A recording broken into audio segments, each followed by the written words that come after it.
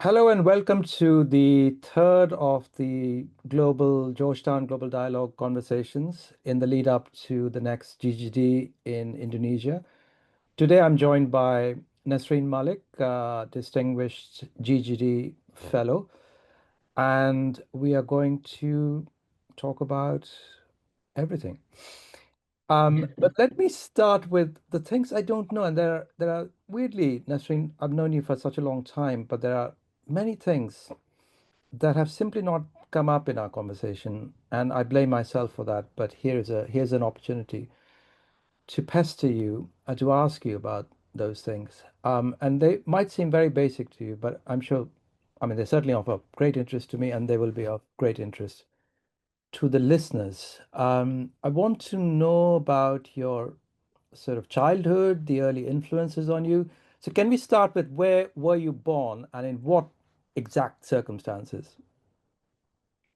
Thank you. I'm very happy to be here. I think just before I launch into my what I think is mundane but might be interesting to others biography, I think the reason why there's these gaps in knowledge between us is because we simply have too much to talk about. And so we tend to miss the fundamental. So I'm Nasreen. I was born in Khartoum, in Sudan.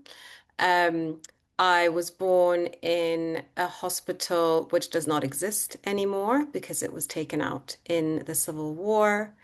I am the second of four daughters, which caused a huge amount of frustration to my father, which is one of my first formative experiences is of my father constantly yearning for a male child, which created all sorts of diverse complexes between the four of us. I can Um, imagine. yes. So those are the conditions under which I was born. And my parents came from very different backgrounds and had, this is important because it's also had reflected impacts on all of us as their children. They came from very different backgrounds and had a very unusual marriage in Sudan at the time, in that it was a cross-tribal and cross-class love marriage in the Wow. 1970s in Sudan. And so, yeah, it caused a huge amount of friction between the two families, which continued to reverberate throughout all our lives. So that's me. Wow. And what sort of broadly, what social class did they belong to? So it's not a straightforward answer because I'm sure you relate to this and kind Because of of the post, nature of, yeah, exactly. Yeah, that yeah, kind of society. Yeah. given the nature of kind of post-colonial, Yeah.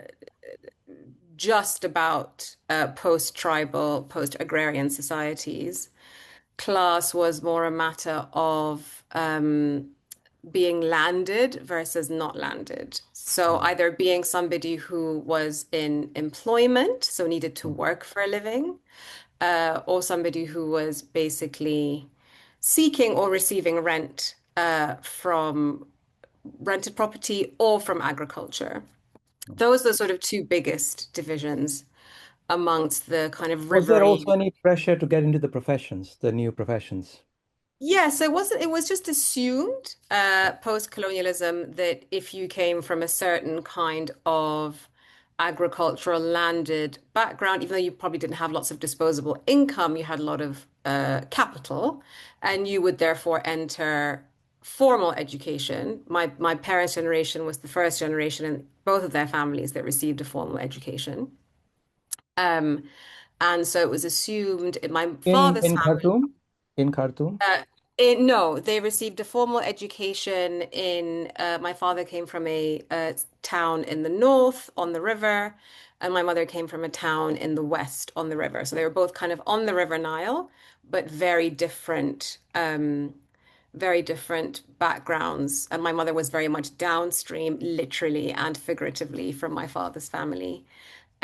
So my father's father and his grandfather were farmers, essentially, and grew their farms to employ other farmers. They farmed dates and onions primarily, Wow. to this day, actually. And my mother's father was a blue collar laborer who arrived in the town she was born in from a kind of one of those several waves of displacement that happened with climate change, desertification, loss of profession into this town and took up a blue collar job working in a soft drinks bottling plant Wow. and did that all his life. Never owned a property, always rented, had several children, and they all received formal education, free formal education, both my parents, in these two very different towns. Mm. The difference was, interestingly, and again, this is germane, even though it seems I'm talking about everyone but myself, but it is germane No, to it's the hugely, I'm fascinated. I'm going to ask you when do you think these institutions were actually set up, the places that they received their formal education at? so the primary schools and high schools that they went to were primarily set up by civil administrations in conjunction with British occupation. So Sudan was a British colony. And there was a big drive on the part of civil and colonial administration to set up primary and high school education in towns that were considered to be important civil centers. So Port Sudan, Khartoum, Merowe, Kosti, where my mother's from. These then had several reverberations on the kind of inequality in Sudan as a whole, because other areas did not have that kind of investment. But there were some certain towns that were kind of garrison towns, or strategic towns as far as administrations were concerned, where there were these no frills, but very competent basic education systems. My father's family, because of the particular, I would say, they would consider themselves elite, in that they were landowning. For my father's family, the route to post-colonial modernity or out of the agricultural profession was via the army, basically. So my father and his siblings were all expected to join either the military or the police, Interesting. rather than pursue higher education. So they went into military academies when they were teenagers, and almost all of them became either military or policemen. There's also a certain that overlaps with a kind of tribal entitlement as well. My father comes from a tribe that sees itself as one of the natural governing tribes of Sudan, but they don't Right. tend to go into politics as much as they tended to go to the army, which says a lot about how the British invested more in military capabilities in the Sudanese army than they did in the Sudanese politics. So that was considered the kind of natural vehicle of power. Right. My mother's family, because they were less affluent, all went into white collar jobs, all received very high degrees of education. My mother tells a story about picking up a book, an English book when she was in high school, a Jane Austen book, and reading it by paraffin lamplight and being completely absorbed by it. This is in a town where I stress they had no plumbing or electricity, but had enough books in the library for my mother as a 14-year-old to pick up Jane Austen. Wow. And fell in love with English and languages in general, and received a scholarship to go to the University of Khartoum, which, as far as she was concerned, might as well have been in Washington. It was Emotion. just Yeah. like a metropolitan center Yeah. and a prestigious university. And so she went to University of Khartoum to study languages. Her mother would take the bus from the town every few weeks with some food in I don't know what it's called in English, but I'm sure you'll be able, like a tiffin box. Oh Those, yeah, different, different. Yeah, yeah, yeah, yeah. yeah, I layered know the tiffin one with box. layers. Yeah, four or three or five sometimes, depending on. Yeah. Exactly. Exactly, that's them. She would take the bus, bring her food every few weeks. My mother stayed in the dormitory. Mm. Um, and my father was in the army, and then they met in Khartoum and fell in love. And it was this clash of like agrarian versus suburban, landed versus blue collar, Mm. military versus white collar, um, a kind of very literary, poetic woman and an army man. So that was another clash. Clash. But, Interesting. but creative, I suppose. So they ended up getting married when they were both very young, actually. And we have carried the burden of their story all our lives, because it continued, yeah, the differences between them continued to reverberate in ways that were and sometimes creative and interesting, um, and changing of both of them, and in other ways frustrating because they came up against their own limitations. Mm. Um, Mm. I think as I say this, I don't know if this is possible today, but in these pre-modern societies, other people who lived in your country were unknowable to you, right? Mm.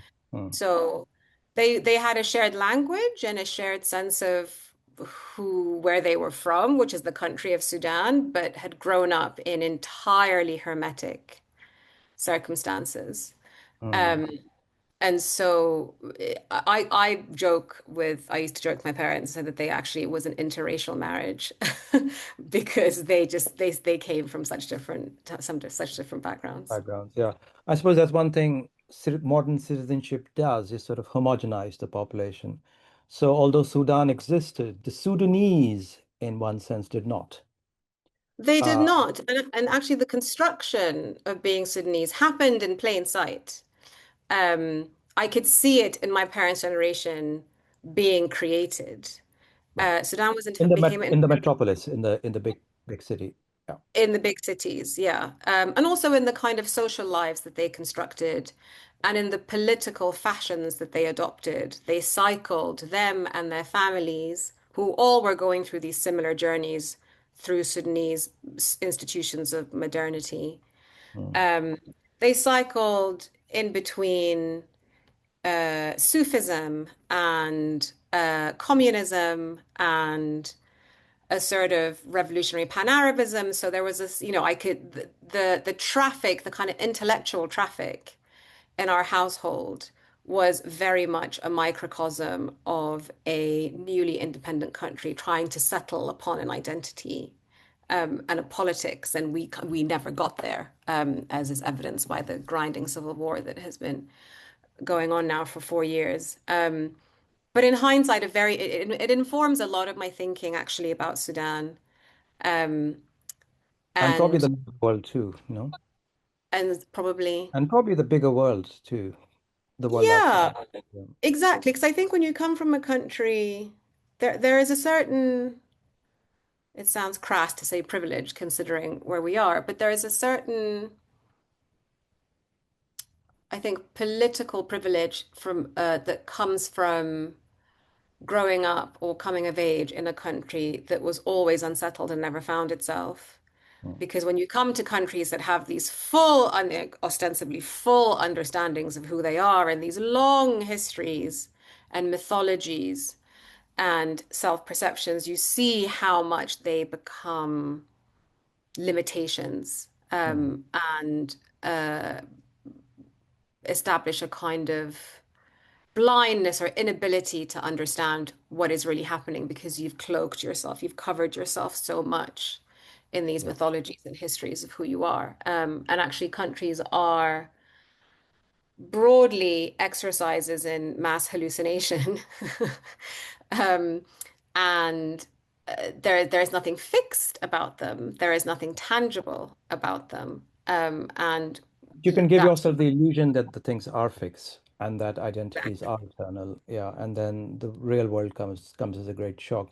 But you were so by the time you grew up, by the time you went to school, maybe your first school, your parents had been in Khartoum for more than 10 years, more than a decade. yeah, So they were kind of yeah. settled in this new sort of urban life. And was the political background relatively stable? We didn't have, yeah. too much chaos. Yeah. No, politics was always a feature. Yeah. It was always in the background. It's another thing that you only realize when you leave and you go to countries where that is not the case, how much we were political beings from a very young age. Or at least I was. My sisters had different levels. My peer group had different levels of kind of In a way, you had no choice. You were in a way, yeah, forced to be yeah. political. You had to know what was happening. Yeah, Like yeah, politics was very yeah. intimate. It It was was a matter of it was. survival, even. Yeah, It yeah. was a matter of survival. It impinged on school closures. It impinged on whether we would be able to get uh, fuel for our car that day. Um, because of my father's position in the military, it impinged on our very domestic arrangements because we lived on what it was essentially a cantonment in Khartoum, which is a neighborhood um, called Hayy al-Matar, which means the neighborhood of the airport, which is not very evocative, but it was just basically like where all the army Right. uh, staff lived behind the sort of HQ of the army, which meant Right. that, and because the army was always in and out of governance, either solely governing or in partnership, or aggrieved and plotting back how to get into power, plotting how to get back into power, there was always these little huddles in the neighborhood, either in our garden or in someone else's garden. And it was like this whispering. My abiding memory of my childhood is like men huddled in the dark, murmuring into the late of night. Good news that something was afoot. And there were coups, obviously. I lived through three coups. Wow. And the By the time you coups were were what age? By the time. uh, by the time I was 20, 18, by the time I was 19, I'd lived through three coups. Wow. There was a fourth after that. And and the coups were they were interesting coups because they were, they were bloodless Mm. broadly, but there was a real tangible sense of power changing hands overnight. So you woke up in the morning, the last big coup, the 89 coup, which is the one that established the military Islamic regime for about 30 years until the revolution of 2019. Um, that coup felt like you could just, the pH of the air changed. It felt like a real shift because it was a different kind of coup as well. And yeah, all the associated aspects of coups. So you turn on the TV and there was no transmission apart from Quran and military marches. Wow. Um, the radio transmission was interrupted, and then we didn't know whether we'd get in the car, where we could leave, what was happening in the street. So we all kind of dashed to one of my aunt's houses and sought refuge there and all huddled around the TV because at, I think, around 2 p.m., this young general literally seized the broadcast and declared that Sudan was now under his governance. And I was there when that transmission live happened. And to a child, it's a sort of, you metabolize that in a really interesting way. In that, as an adult, you think, the import and the significance of that is really big. But as a child, you just think, is everything going to be okay? Like that's your Mm. first thought. Your first thought is like, is my life going to change dramatically? Yeah. Are we going to be okay? Yeah. Um, are people going to die? It's mostly about fear and instability. Um, Yeah. and then the coup did very quickly establish a lot of very traumatic violations that we all felt. In my own family, personally, my father's cousin was executed Wow. um, in an extremely traumatic and distressing episode a few months after the coup. And in our own school, the uncle of one of our schoolmates was executed as well. And so there was just all of these horrible crimes and violations and imprisonments and detentions that just and assassinations and executions that just took hold straight away. And Yeah, I haven't quite thought about, you haven't asked this question, but it leads into this idea, which is how does that inform your approach towards power, right? Mm, mm. If you're a child and you experience the kind of intimate, hard edge of power, um, and I think it just gives you a permanent suspicion of it, Suspicion right? of it. Yeah, Yeah. yeah, yeah. Because that power is being used. I've been reading a lot about Russia in the 1930s during the Great Purge and this terror of being picked up or the knock on the Yeah. door or execution and so on. And I've been thinking a lot about how did people cope with this, first of all, and what did they take away from it? I mean, these are really extreme situations, and human souls, human minds are not meant to, uh, in a way, remain intact by through these Yeah. experiences. And I think what you do take away is, first of all, a profound distrust of power.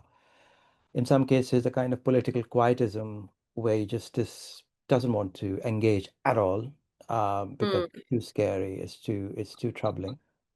But I think the strongest emotion, the strong takeaway is really a profound suspicion and distrust of power, because power you have seen really used in the most brutal ways. Yeah, and in ways that you have felt. It's not the kind of, it's not an abstract thing as far as you're concerned. It's not the oppression of a minority in a distant part of the country. It's not, one of the unusual things of growing up in a country with that kind of profile is that no one was, there's no privileges. There's no class privilege. There's no Mm, wealth privilege. You are very close to the sharp edge of power all the time. mm, And that you couldn't swaddle yourself in any way that would protect you from that. mm, Because the formulations and calibrations of the powerful changed all the time. So even if you were somebody who wanted to yeah, make sure you were constantly going to be okay, you never could tell when that would shift and suddenly you were on the wrong side of it. And I think one of the things that's been repeating on me since the second Trump administration, is really interestingly and maybe slightly bizarrely a lot of PTSD from coups because it feels like a coup, right? mm, mm, 20 this administration more than the first one feels like a coup, and has been evoking in my mind or resurrecting or summoning a lot of those like coup-like sensibilities that I lived through. And this because of the secondary aspect of a coup, apart from the kind of violence of it, um, is that capture of institutions. That's capture of that's institution, the destruction of any alternative sources of power. exactly. And the sort of willful uprooting of all that existed before, whether it was good or bad, or you agreed with it or didn't agree with it. It wasn't an ideological issue. It Yeah, was a matter of just uprooting and salting the earth as soon as possible in order to make sure that there is no element of cultural, social, spiritual life that could exist that from the previous administration or the previous regime, whatever that is, not even a political one, but the previous way of being that could mm, become the seed of something new. And it definitely feels that way now in the United mm, States. mm. Not to mention the pushing of millions of people into permanent insecurity. So Yes. people are scared right now, the Latinos, to put on t-shirts of the countries that they originally came from during the World Cup because they might be picked up by ICE. Yeah, Uh, that sense of the other thing is that sense of the fact that the whatever the violent or the whatever the hard limit where power is enforced is, mhm, whether it's a physical border of a country, whether it's a police station or a checkpoint, or the places where you expect and are prepared to negotiate and deal with the power of the state become entirely porous. Like they could be anywhere because yeah. that power becomes imbued into whoever individual decides to take you up on it at the time. That was Yeah. a really terrifying thing that like Yeah. you just didn't know when it would be you. Use. Yeah. And so Yeah. you keep your head down, or I mean I didn't, but you keep your head down, or you try and Yeah. efface yourself, or you try and fit in because the state is the politics of the state is everywhere. Mm. There's a one you're reminding me of a wonderful novella by Naipaul called In a Free State, which is those two white people traveling through a country where they feel they are safe, but actually coups, counter coups, and then finally the arbitrariness of where they are and the whole sort of, relationship in that country comes home to them in a really brutal Reach reaches fashion. them too. Yeah, Yeah. towards the end. But so what the school you went to in Khartoum, that was the same kind of school your parents would have gone to, or different? No, No. no. So, one thing I have realized before I get into my schooling, one thing I have realized much too late in life, I think, is that the distance my parents traveled, or that entire generation traveled in their lives, is vastly bigger than a distance I will ever travel in my own life, Yeah, right? yeah. I feel the They, same about my own parents. Yeah, absolutely. Who yeah. share And I wish basically your parents' background, straight from landlords, farming to the professions to the city. Exactly that. Yeah. But yeah, it's a and much bigger transition. Yeah. yes, and the storm of like values they had to negotiate and traditions and religious assumptions that they had to navigate and recalibrate. I can't even begin to understand because of course they don't talk about those things, Mm, right? Because mm, they either have not uh don't perceive of themselves as having lived these lives because these were just their lives, um, or because they just didn't grow up in a scenario where feel they are that they're even allowed to talk of these experiences as unusual or traumatic experiences. And I wish I had come to this realization earlier because I would have been much more forgiving of my parents, actually, had I realized. Because like when you're a kid, you're just like, get it together, you know.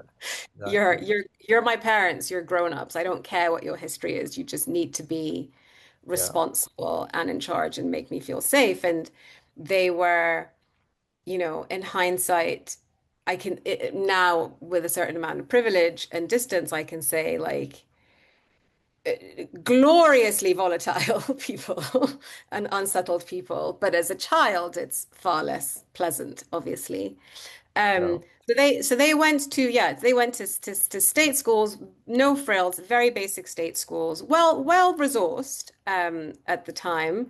This is like in a pre-capitalist, pre-austerity state, obviously, and also buttressed by a large network of age-old religious schools where you were taught the Quran to read and write, the Hadith, Islamic history, etc. So there was like a beautiful symbiosis between traditional religious networks of teaching, which were not just about religion, but were about all sorts of other things, and the modern British education system that they went to. I ended up going to, because of the kind of weird configuration of my father's career, he was in the army, but then he became a military attaché, so a kind of quasi diplomat, um, with one posting only, because he was much too mischievous for the next government that came around, so was pulled from circulation, but ended up in a really unpleasant private school in Khartoum, which was tiny. There was only about three private schools in Khartoum at the time because Wow. there wasn't a large enough middle class in order Yeah. to sustain like a huge. When I Yeah. came to the UK and And people not would talk, enough members of the expat community either. no Uh, expats at all. yeah. There were missionaries, there were Yeah. Christian missionaries, who went to those schools, and the sons and daughters of like a very small motley crew of Sudanese elite, which were broadly three categories. One is the industrialists, who basically just did one thing, either like provided car batteries built roads, Yeah. or made a soft drink. Like our oligarchs were not like multinational company oligarchs, or the kind of oligarch, they're kind of industrial titans that exist in countries that are just starting out. So you could just make a lot of money by making like a single widget, One thing. right? Yeah. Yeah. Yeah. There weren't many of them as well. That you could count on one hand the families that had that kind of wealth, Exactly. um, or who traveled abroad. I remember like at summer, they would, 4 or 5 people in the class would be off to London. I'd be like, oh my God, it was just not part of my, No. like, it just wouldn't have, like, we never went anywhere because we didn't have the money. Um, and so there was them, there was the really interesting and actually sadly lost class of Copts and Armenians.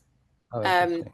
yeah, Greek Orthodox Copts, Egyptian Copts, and Armenian Sudanese, Wow. who were a function of like several waves of merchant Right. Right. immigration over the years, who had come either before the end of colonialism to service the British administration and therefore stayed, and they were broadly not industrial families, but like they would have like a chain of supermarkets, for example, Mm, mm, or one of my classmates, his father was one of the first architects in Sudan. So there were people who had disposable income but weren't sort of eye-wateringly wealthy. mm, But they brought a huge diversity and syncretism actually to Sudanese culture. The Sudan I grew up with, or grew up in that like very rarefied Khartoum circle, was one of Copts, Armenians, Greek Orthodox, Muslim, Sufi type Sudanese, Sunnis. Very few diplomats because it was not a family station, so you wouldn't really get a lot of diplomats' kids. Um, and a lot of porousness between us. Like there was no sense of like this is a Christian family or this is a Coptic family, this is a Muslim family. And that changed dramatically after the 89 coup, where they all left basically within a year or two and felt very persecuted. The loss of that is still felt um, in Khartoum. And had these like glorious historical houses that their grandparents had built in the 1940s and 1950s with huge verandas um, and yeah, like really like had more of a history in Khartoum than my family, either of my two families ever did, wow. if that makes sense. Um, and then the tiniest cohort, which was me, which was like a cohort of one, basically, which was people who had managed, whose parents just fell in this very small category of being associated with the military and therefore and had been posted outside of Sudan, and therefore their kids had grown up or had started an English education and so were supplemented, their fees were supplemented so they could continue that education. Mm, um mm, but we were financially nowhere similar to any of these people, either the merchants or the industrialists, mm, which made for a really interesting and slightly ghastly school experience mm, on my mm. part. Really? Yeah. And then after the schooling, what was the first place for higher education? So this is complicated, and I'm not sure if it's interesting, so I'll whiz through it. So when I my parents couldn't afford to send me to university abroad. So the understanding was that I would go to the University of Khartoum, which I was very happy to. My older sister had already was already enrolled in the University of Khartoum. So you would take your O levels, your IGCSEs, and you would, if you did well, you would get into the only university that mattered, which was the University of Khartoum at the time. After the 89 coup, the new government, which is kind of Islamo-fascist military government with delusions of Arab restoration, um, rather than ideological interest in Islam Mm, or anything. It was just this like crew of fantasists who wanted to restore some sort of vision of an ideal Arab city in Khartoum decided to Arabize the entire education network I in see. Sudan, including the University of Khartoum, which was a shock to everybody, not just people who'd gone to schools with English, where English was the instructive language. The medical school, I remember, the University of Khartoum has had and has a very strong medical school entirely in English because, it assimilated um, doctors from abroad. They would send doctors abroad. The university was all in English um, until the mid 90s, early mid 90s. And then they Arabized it overnight. I see. And they blocked anybody who was not taking the Sudanese national certificate from entry into the University of Khartoum. So if Wow. you were doing the IGCSE, O level, IBAC, anything else, you were immediately blocked from entry Mm. into this, totemic university that my mother had gone to and my older sister was going to. Oh. Mm. Um, This and is so also I very think familiar, by the way, this project of cultural purification or indigenization undertaken by near total illiterates. exactly, Yeah. exactly. It was in a way to me that was more traumatic than anything else because I really Mm. felt it. Mm. As someone who was interested in, in culture and politics, I fully intended to study politics in university. Um, it felt like a violence that this was happening, that they were land grabbing these precious cultural and academic institutions that had a rich life of their own that had existed outside of government, and was a kind of ground zero for political activism and student unions, and that they would be Arabized, indigenized, Mm. and also made to conform. There was a certain sense that this was a project of subjugation and conformity, that we have a project. So it's something slightly Brexity about it, right? That Yeah, yeah, yeah. these sort of effete elites in this university are going to subject themselves to our Spartan vision of what an Arab Muslim country is like. And Right. we were not going to let any interlopers from Yeah. English or whatever other backgrounds to come in. So I was blocked from the University Mm. of Khartoum. Wow. So we came up with this route, which is that my parents had just about enough money to send me to the American University in Cairo for 1 year, because you were allowed to transfer in from a university, but you weren't allowed to enter from year one, I see. um, which was hugely traumatic and destabilizing for me because I went to university knowing that I would not be staying in that university. Yeah. Um, I started in an American university in a very intense microclimate of random, and this is a person who's like never traveled Yeah, or yeah. like been out of left alone to travel, very conservative family. I never spent the night outside of the house Wow. my entire life. And suddenly I was in this like massive American campus Yeah. in Cairo, with kids from, Amman and Beirut. That's the old campus, Yes, the Tahrir one. Yeah, the Tahrir, which is beautiful. which is lovely. Beautiful. Yeah, which can be, I mean, that's quite intimidating for, Extremely intimidating. I was very young as well. I would say 2 years younger at least than everyone else. And there was also these like American year abroad students from mm, Georgetown and Duke and like names I'd never heard before in my life. And they might as well have been 20 years older than me. wow. Um, And so that was a very unhappy year.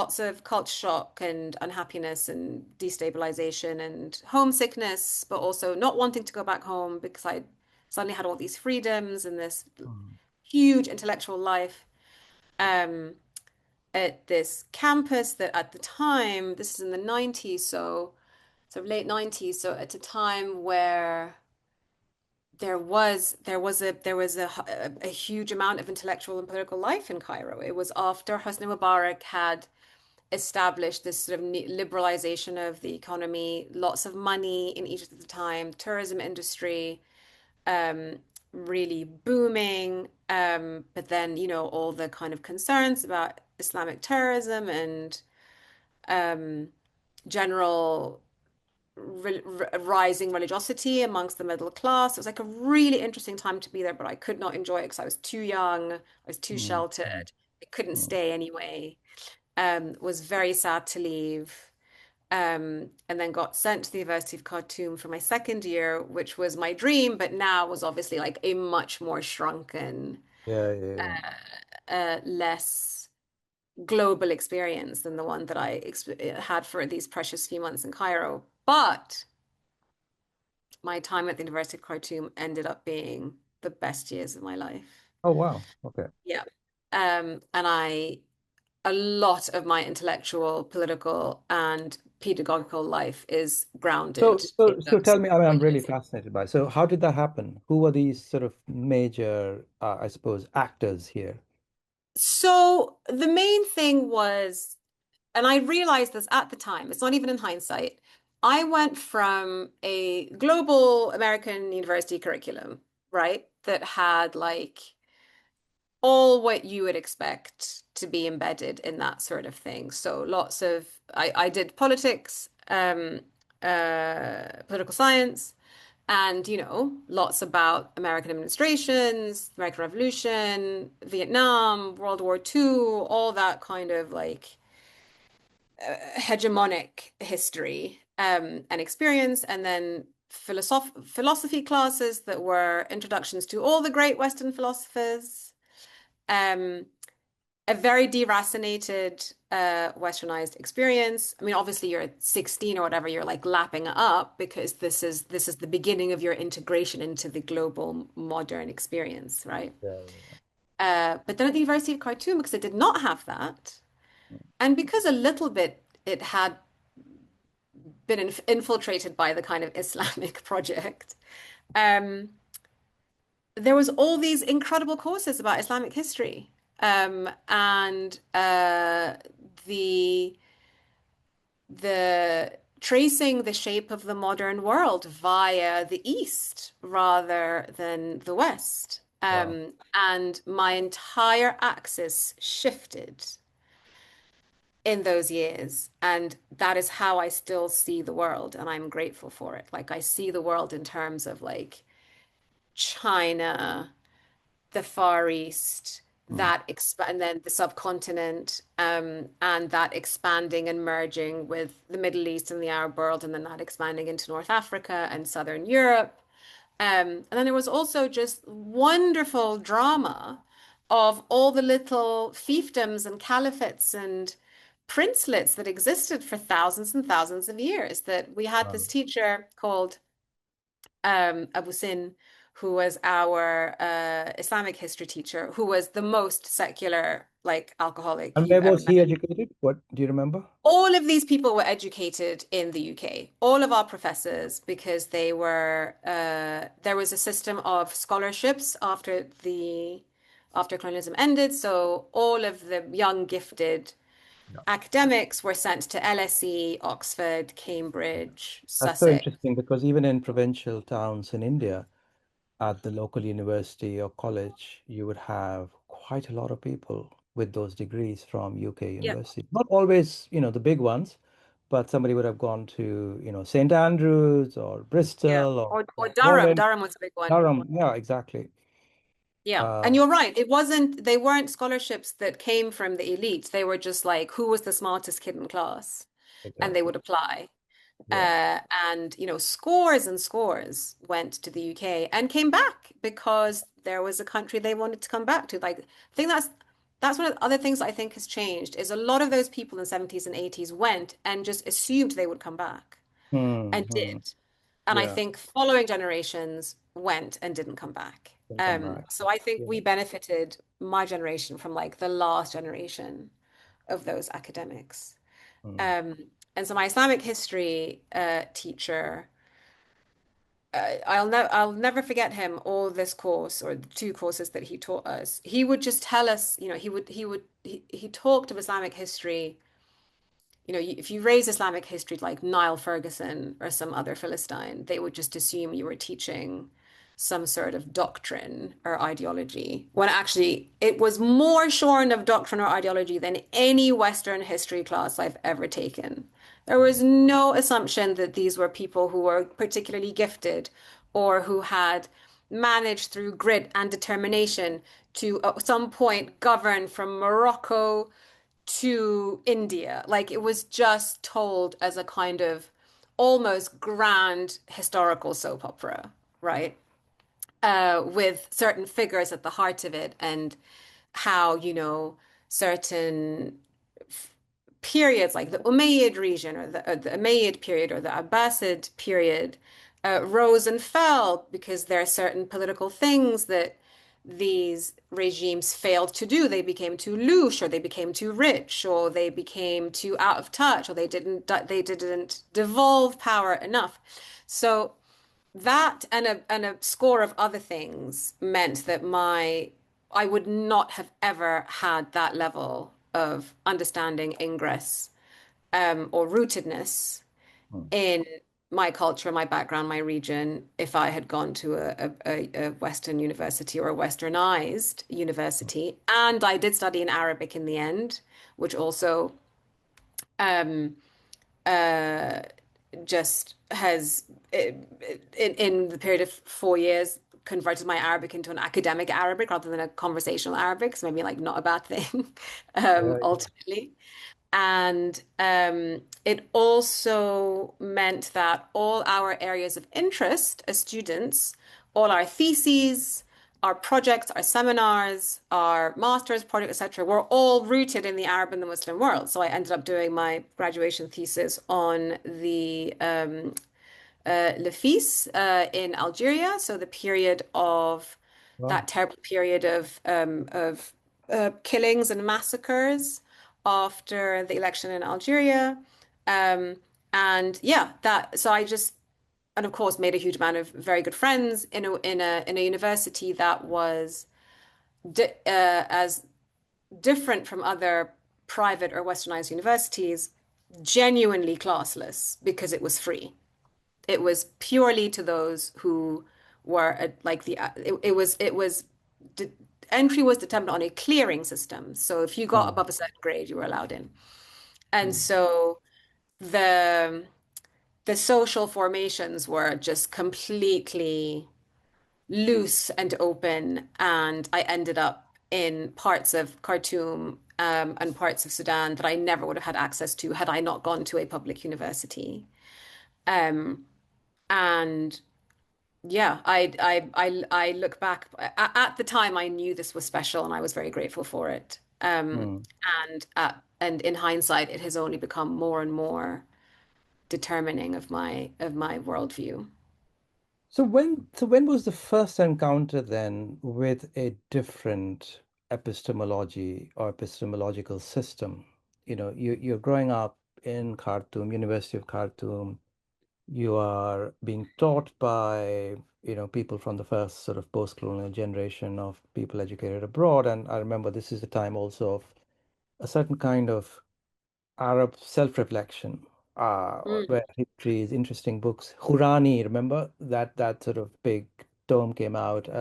Different ways to Yeah. think about the history of the Arab peoples, and this is obviously that particular intellectual formation. Then obviously you come into contact with a very different way of looking at history and different way of looking. When did that happen? I mean, I'm speaking really primarily of your encounter with the Western or European epistemology. Yeah.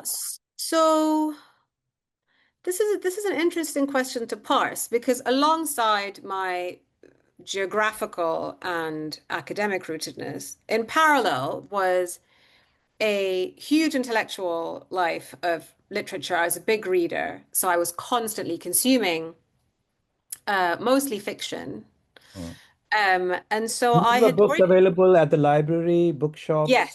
yes, not in shops, Not but in shop. the only maybe one of the only good things about the school that I went to is it had an incredibly well-resourced library Wow, where I okay. sought refuge from That, the ghastly yeah. kids. So that's what, so I kind of assimilated, and my mother, I should mention earlier, my mother then went on, because she had a love for languages, went on to become a professor of English literature. And so our house was constantly full That's of really cool. fiction from all Yeah. over the world.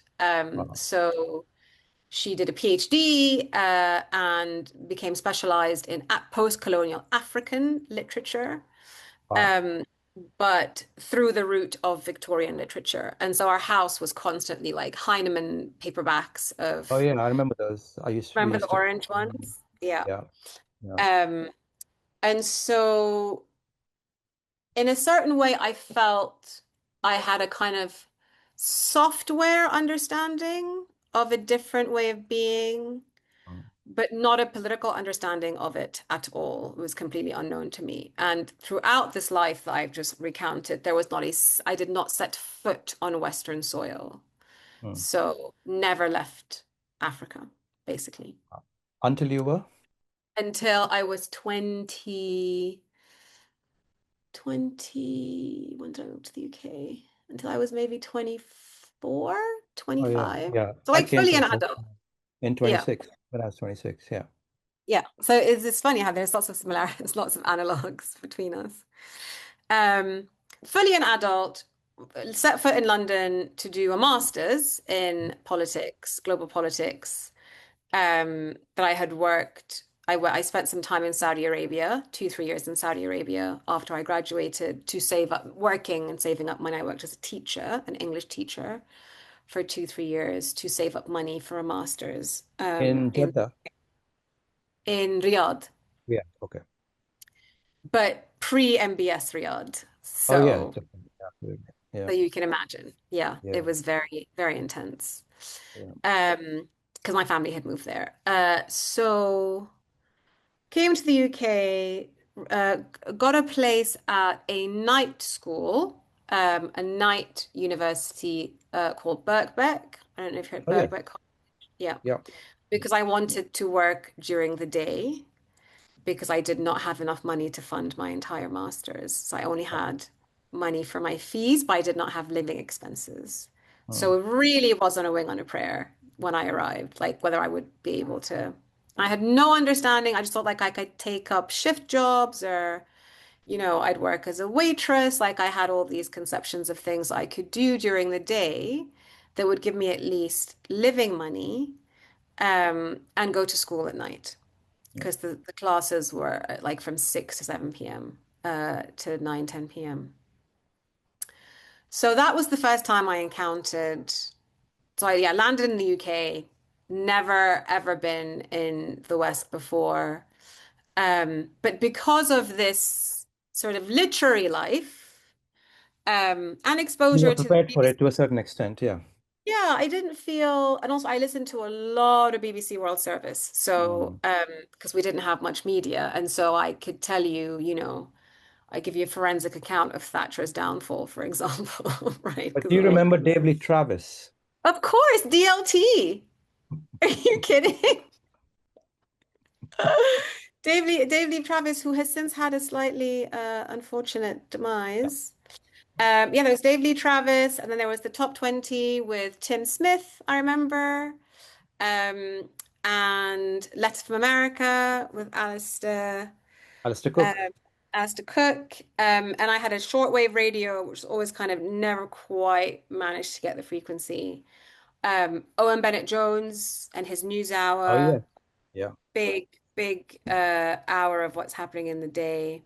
So I felt like I had some level of familiarity with British politics and culture and literature when I arrived. So I did not feel as alien culturally as I thought it would in the beginning.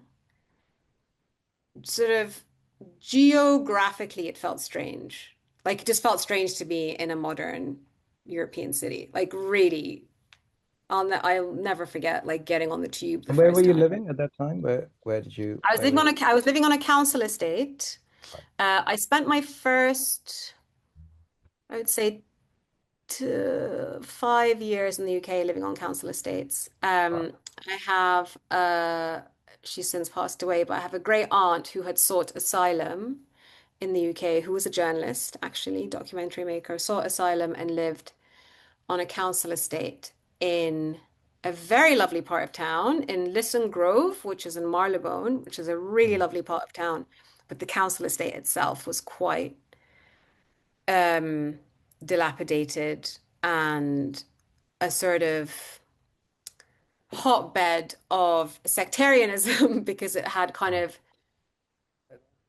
the demographics that ended up living there were kind of Kurds and Iraqis and Arabs and Sudanese, and so there was like became a kind of its own little microclimate. right.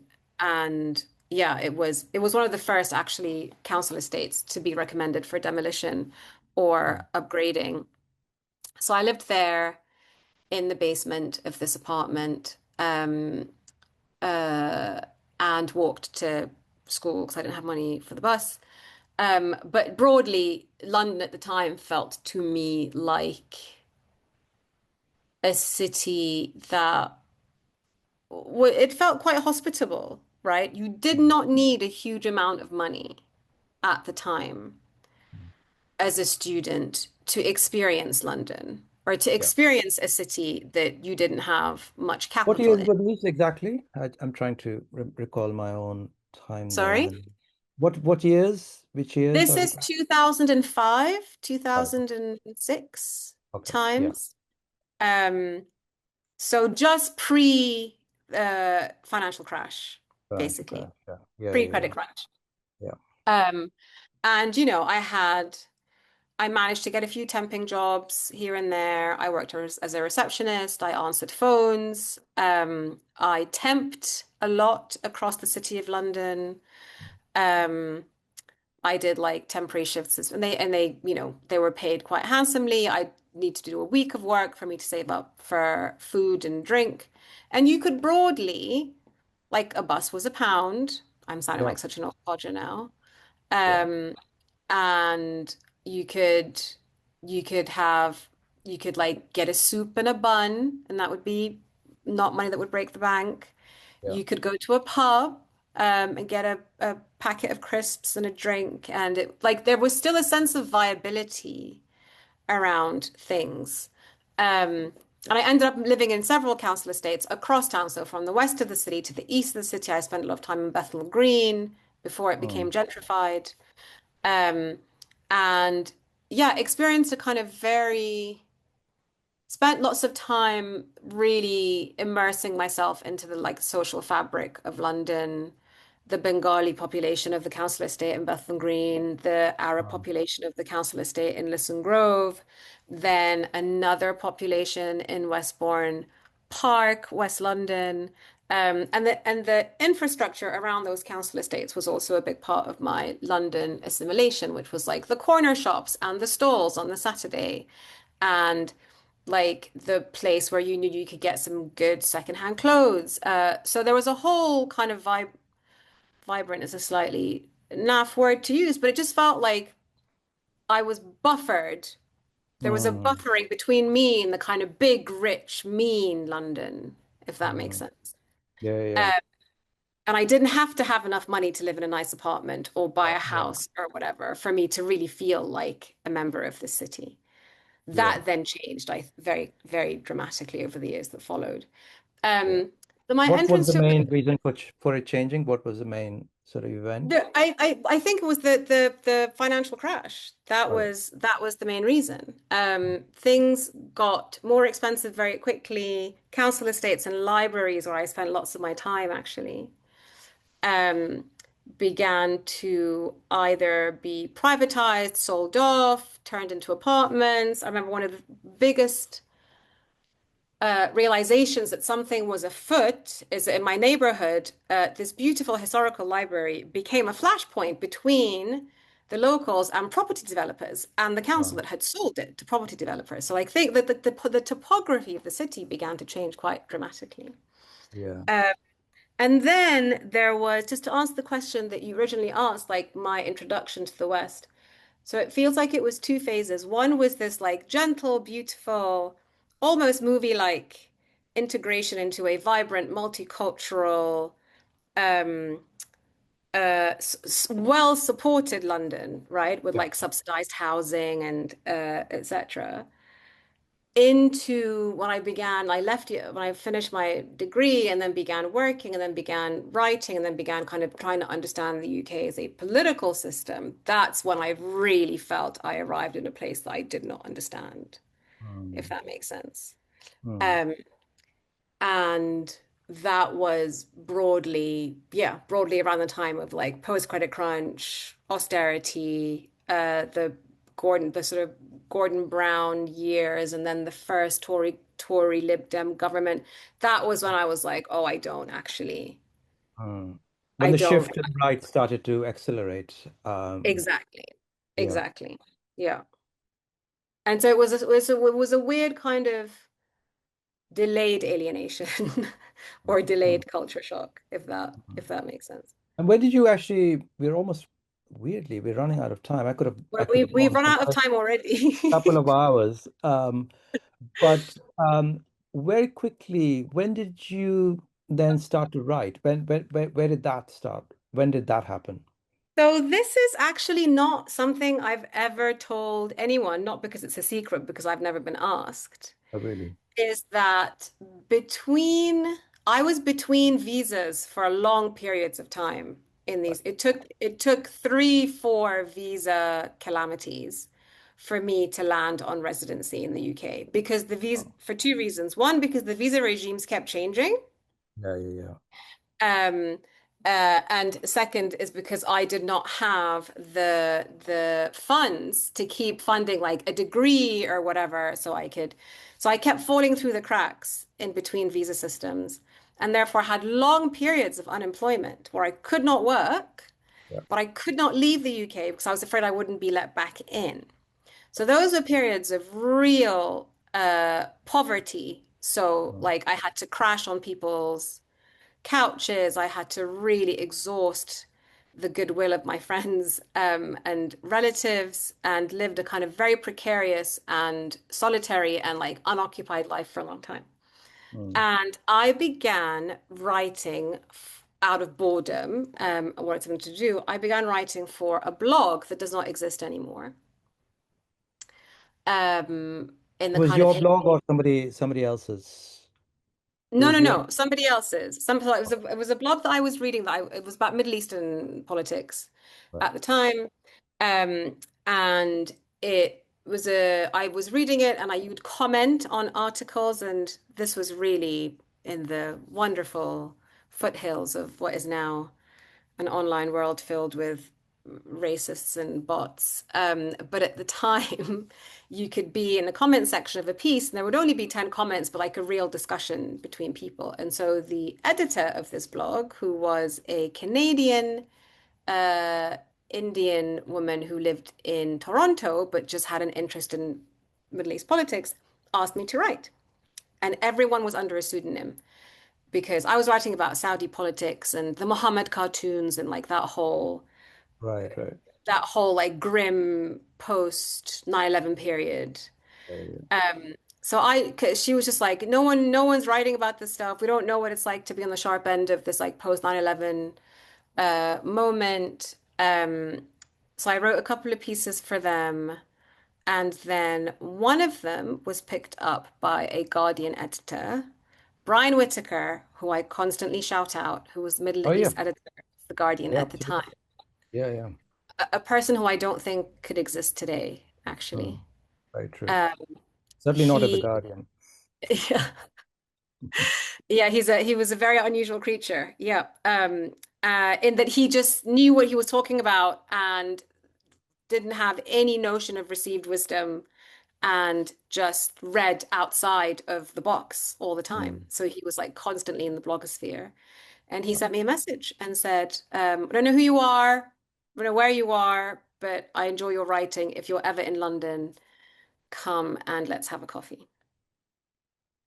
And it took me 2 years to take him up on that because I just thought, who am I to, you're too insecure. Yeah, yeah, it was just not ever something I thought I would be doing.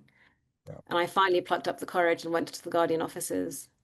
And he was incredibly, we're getting a bit emotional. He was incredibly kind and Wow. generous and unassuming. He Yeah. was just like, sounds like he's like, you have some good ideas. Why don't we do this? Why don't we do that? Send me some ideas and we can work on it. Um, and yeah, if it were not for Brian Whitaker, I would not be a writer today. Yeah. So Wow. he's That's he's great. he's the one that took me by the hand. But again, not in a kind of like he wasn't mentoring me. He wasn't, Okay. it was really he redid it in a kind of relationship of equals, which gave me a lot of confidence. Like saying you have something important to say to the world, and I'm just making it possible for you to. Yeah, because he was interested, not because he was just he wasn't like he didn't fetishize me or exoticize me either. He was just like Um, this, I want more of this in the paper if possible. yeah. So yeah. Terrific. As I said, I need a couple more hours to now It actually gets more boring once start to outline this trajectory. Um, but oh man, this is really amazing. Thank you so much. Thank Uh, you, Pankaj. Nobody's ever asked me these questions, so I'm really happy to well, talk to I'm you, going to ask you more such questions, maybe on in different venues, maybe at GGD. But inshallah. yeah, this is the great. I can't wait to go down and share this with my family. Yeah. That's very But kind. we'll And I always stay in touch. hopefully I will be on the other side next time and I can ask you these questions. No, no, this is really so fascinating. Utterly fascinating. I mean, these social histories, these cultural histories are so unknown because, they've never been properly commemorated. There are no books, there are no narratives describing these journeys because they've never been demanded. Nobody's asked us about them, but they are absolutely central to how we've developed, how we look at the world, how we feel, what we feel about it, what we think about it. Um, Yeah.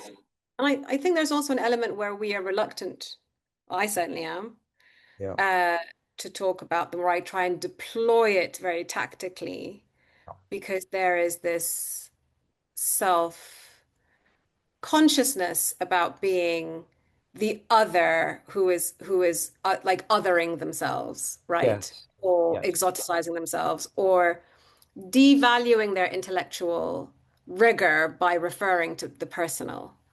yes, Um, whereas yes. obviously others do it all the time. Not to Um, mention making people uneasy with what might seem like proclamations of otherness. yes, exactly. So it's a very tricky thing to navigate. But I think fundamentally, I think why people feel uncomfortable with it, and that's certainly my experience. This is the last thing I'll say on this, is that because you have that, my abiding sense of being on this planet is suspicion and um, alertness and vigilance to people who are on the other side of power. Hmm. And I think that makes And people a nervous. hatred of brutality, a hatred of violence. Yes, a hatred of brutality, of cruelty, of bullying. Bullying particularly is that kind of the particular kind of chromosome of cruelty that particularly exercises me, is to do something to people that you have power over because you can and because you enjoy it, Yeah. rather than because it's necessary, right? These like wanton acts of bullying and cruelty. And I think that when you come into countries that have these very precious senses of who they are and themselves, and you bring your disrespect and contempt for systems and paradigms that they have imbued with so much Prestige. illusory prestige and mystical knowledge and power and benignness, then it's a very hostile, it becomes a very hostile space for you. Um, so it's about kind of calibrating that, but maybe we shouldn't. To be continued. TBC. Thank you, Pankaj. I Thank you enjoyed so much. it. Yeah, likewise. Really delightful. Thank you. and see you very soon. And thank you all for joining us, and hope to see you for the next GGD conversation.